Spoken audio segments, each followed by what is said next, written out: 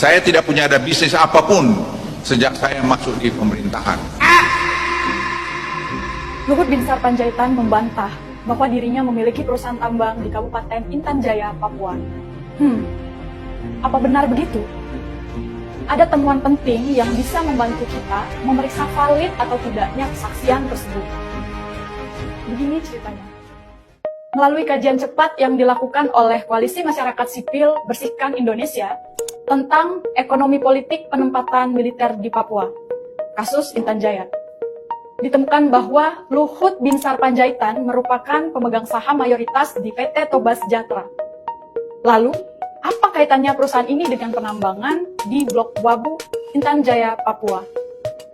Pada Oktober 2016, induk PT Madinah Korota Ain, yakni perusahaan asal Australia, West Wits Mining, disebutkan akan menyerahkan 30% kepemilikan proyek di Sungai Derewo pada PT Tobacom Del Mandiri. Seperti tertera dalam annual report milik West Wits Mining pada dokumen ini. Setahun kemudian, pada 2017, West Wits Mining merilis berita peralihan saham itu kepada PT Tambang Raya Sejahtera. Saat membedah akta PT Tobacom Del Mandiri dan PT Tambang Raya Sejahtera, dua perusahaan ini dimiliki PT Toba Sejahtera. Dari akta notaris tahun 2017, PT Toba Sejahtera tercatat mempunyai saham sebanyak 99% di PT Tambang Raya Sejahtera, dan 2018 juga tercatat memiliki jumlah saham yang sama di PT Tobacom Del Mandiri. Pada tahun 2020 tercatat bahwa Luhut memegang 99% saham dari PT Toba Sejahtera.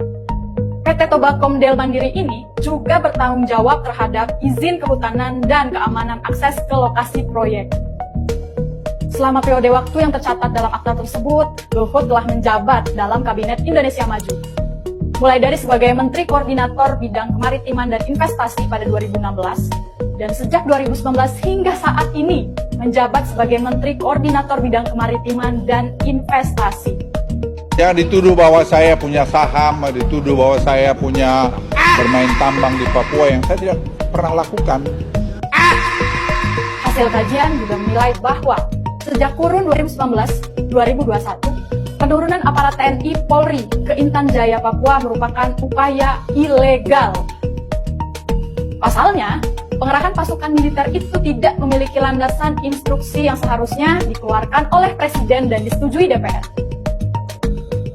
Dalam 2 tahun terakhir, konflik bersenjata antara TNI, Polri dengan TPNPB telah mengakibatkan setidaknya 34 korban meninggal dan luka-luka.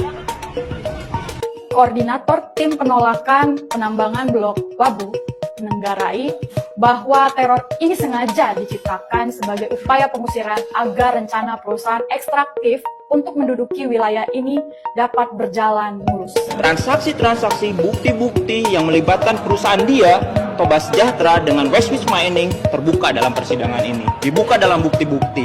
Dan ketika dikonfirmasi, Luhut tidak tahu terhadap hal tersebut. Itu menunjukkan apa? Harusnya dia tahu. Dia mengontrol karena dia adalah beneficial ownership terhadap perusahaan itu.